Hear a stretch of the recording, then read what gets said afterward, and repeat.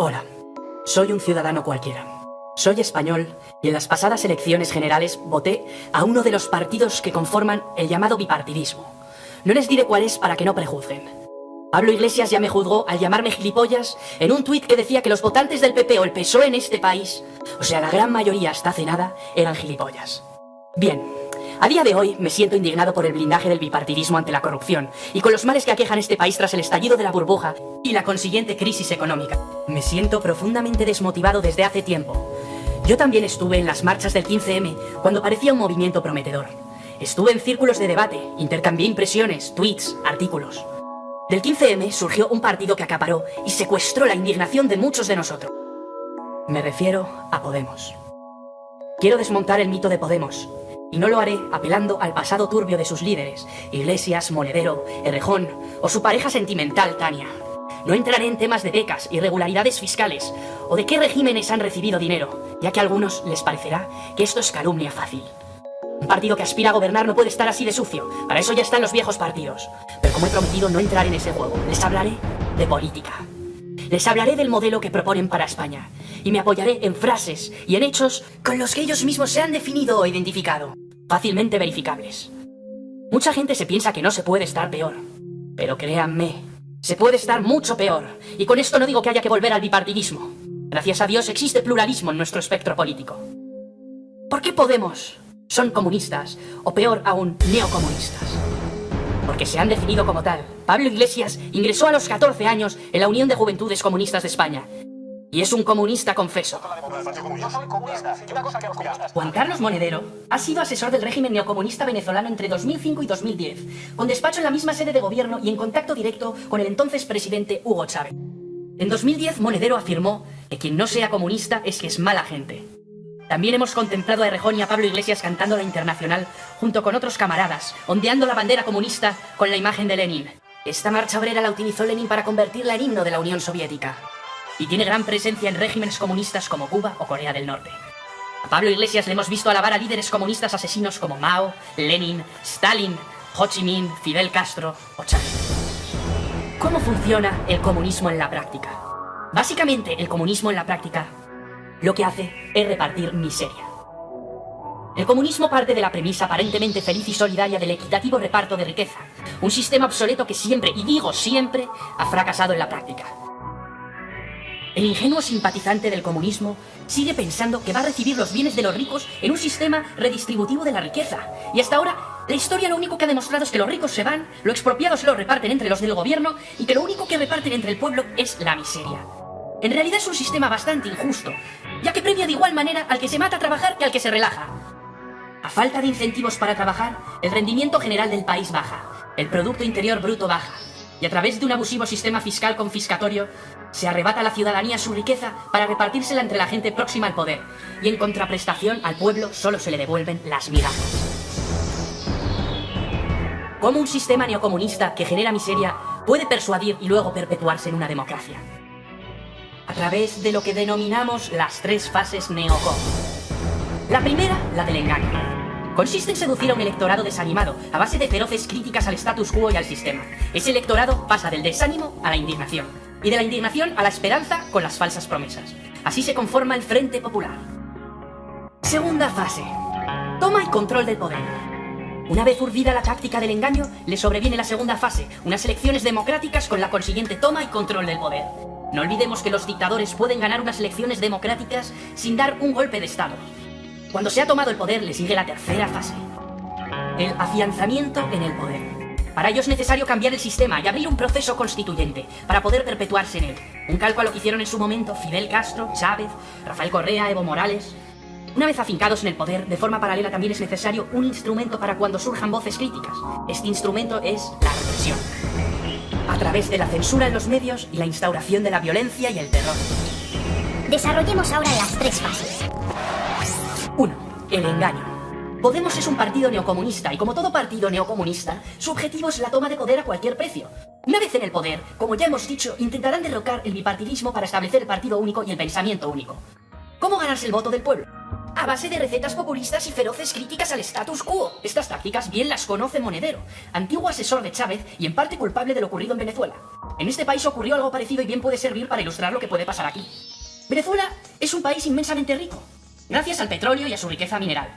En 1958 cayó la dictadura en Venezuela y entró en un periodo democrático donde dos partidos se alternaron el poder durante casi 40 años, uno conservador y el otro socialdemócrata. AD y COPEI. ¿Les suena, verdad? El bipartidismo cada vez se fue volviendo más corrupto y más insolidario con los problemas del pueblo. Entonces llegó la promesa, Chávez. Un venezolano con un mensaje que reivindicaba todo lo que los venezolanos sentían. Su aspecto era el de un venezolano cualquiera. Chávez le hablaba a la gente en un idioma que entendían. Les hablaba de su realidad cotidiana y los problemas que les aquejaban. Chávez elaboró una estrategia propagandística para la toma de poder. Culpaba, y con buena parte de razón, de los males del país a la cúpula, al bipartidismo. Incluso usaba expresiones como la casta, y con las mismas connotaciones. Renegó del eje izquierda-derecha, del bipartidismo. Les avisó a los políticos y a sus lazos oligárquicos que el tiempo se les acababa. Cabe añadir que Lenin, Stalin o Mao también renegaron del eje izquierda-derecha por considerarlo burgués. Ellos siempre se identificaron con el clamor popular. La expresión de la cúpula o la casta se hizo muy popular en Venezuela, no solamente entre sus seguidores, sino que todo el mundo empezó a usarla. Los demás candidatos, los mismos partidos políticos, los periodistas. Mucha gente vio en Chávez a un mentiroso y se tranquilizaron pensando que era imposible que llegase a ganar unas elecciones democráticas. Se hizo popular la frase, Venezuela no es Cuba. Pues bien, Chávez ganó las elecciones en 1998. El resto ya lo conocen. Pensamiento único, represión, censura, terror, violencia, muerte, miseria. Un país desabastecido con cartillas de racionamiento, sin productos básicos, sin medicinas, con el líder del partido de la oposición en la cárcel. La corrupción en Venezuela está en los más altos puestos de los estándares internacionales. 2. La toma de poder. Si Podemos alcanza sus objetivos y conquista el poder derrocando al enemigo del bipartidismo, Podemos siempre tendrá nuevos enemigos con los que justificar su lucha y revolución permanente. Europa, Estados Unidos, la Troika. Con estos enemigos justificará siempre sus medidas y reformas, cuando éstas causen impopularidad. Pero ya se encargarán de darle la vuelta para volver estas medidas populares por medio de la propaganda. Podemos ha anunciado que quiere nacionalizar y controlar las grandes empresas, al igual que sucede en los países comunistas.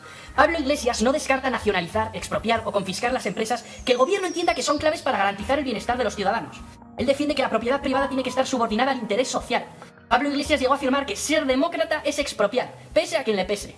Podemos pretende recuperar el control público en los sectores estratégicos de la economía, telecomunicaciones, energía, alimentación, transporte, sanitario, farmacéutico, educativo. Básicamente consiste en quitarle el control a estos sectores para dárselo al Estado. Eso sí, a costa del dinero de los ciudadanos. No. Necesitamos lo contrario. Detraer poder del Estado, de las administraciones, para devolvérselo a la ciudadanía. Y tomar medidas para que los gobernantes no puedan sustraer dinero de las arcas del Estado y favorecer sus intereses y el de sus allegados. Para que no ocurra lo que ha ocurrido en Rivas de Vacia Madrid con Tania y los suyos, en Cataluña con los Puyol, en Valencia con el PP, en Andalucía con el PSOE. ¿De verdad alguien se cree que dándole más poder al Estado, más poder a Pablo Iglesias, él va a saber mejor que nadie cómo administrarlo? Pablo Iglesias quiere ondear la bandera de la regeneración, de la pureza y lucha contra la oligarquía, pero su modelo de más poder para el Estado conduce inevitablemente a la creación de una nueva casta oligárquica, una neocasta. Algunos partidos como Podemos quieren poner a los suyos y hacer más gigante al Estado. No quieren eliminar a la casta, quieren sustituirla. Precisamente necesitamos lo contrario, minimizar la burocracia y que el Estado sea más pequeño. Podemos aboga por cambiar el derecho constitucional de propiedad privada y expropiar viviendas, tanto de bancos e inmobiliarias como de particulares, al tiempo que aboga por aplicar impuestos confiscatorios de forma arbitraria sobre todos aquellos inmuebles que el Estado considere infrautilizados. Por ejemplo, la segunda vivienda, como ese chalet de Torrevieja que muchas familias disfrutan en el periodo estival. Ese chalet lo podrán dar en alquiler social, cuando el banco malo, el Sareb, participado con capital público, tiene viviendas suficientes vacías para dar en alquiler social a miles de familias. Hemos oído de Podemos que pretenden incluso legalizar la ocupación o abrir las fronteras como la valla de Melilla y dar pleno derecho a los inmigrantes ilegales. Podemos, como partido neocomunista, quiere vivir a costa de exprimir dinero a los ciudadanos vía impuestos. Dicen que se lo subirán de manera especial a los ricos, pero la fortuna de los ricos se irá del país. Proponen un saqueo fiscal por encima de las cotas que hemos vivido con el PP, que ha ahogado a las clases medias. Es la única solución para mantener un Estado hipertrofiado y en el que no pretenden un modelo de austeridad económica al Estado o recorte del gasto, sino seguir aumentando la deuda y encima no pagarla. ¿De dónde sacarán el dinero si pretenden impagar la deuda? ¿Quién nos va a prestar dinero? ¿Quiénes serán nuestros acreedores? El caso será muy similar a lo que ha ocurrido en Grecia con el gobierno neocomunista de Syriza, el modelo europeo que nos quieren proponer. Se respira el cambio en Grecia y se respira el cambio en el sur de Europa. Necesitamos que nos llegue más dinero a los bolsillos y que no nos lo sustraiga el Estado como ocurre en Cuba. País comunista gobernado por Fidel Castro, el séptimo mandatario más rico del planeta, mientras los cubanos viven en la miseria.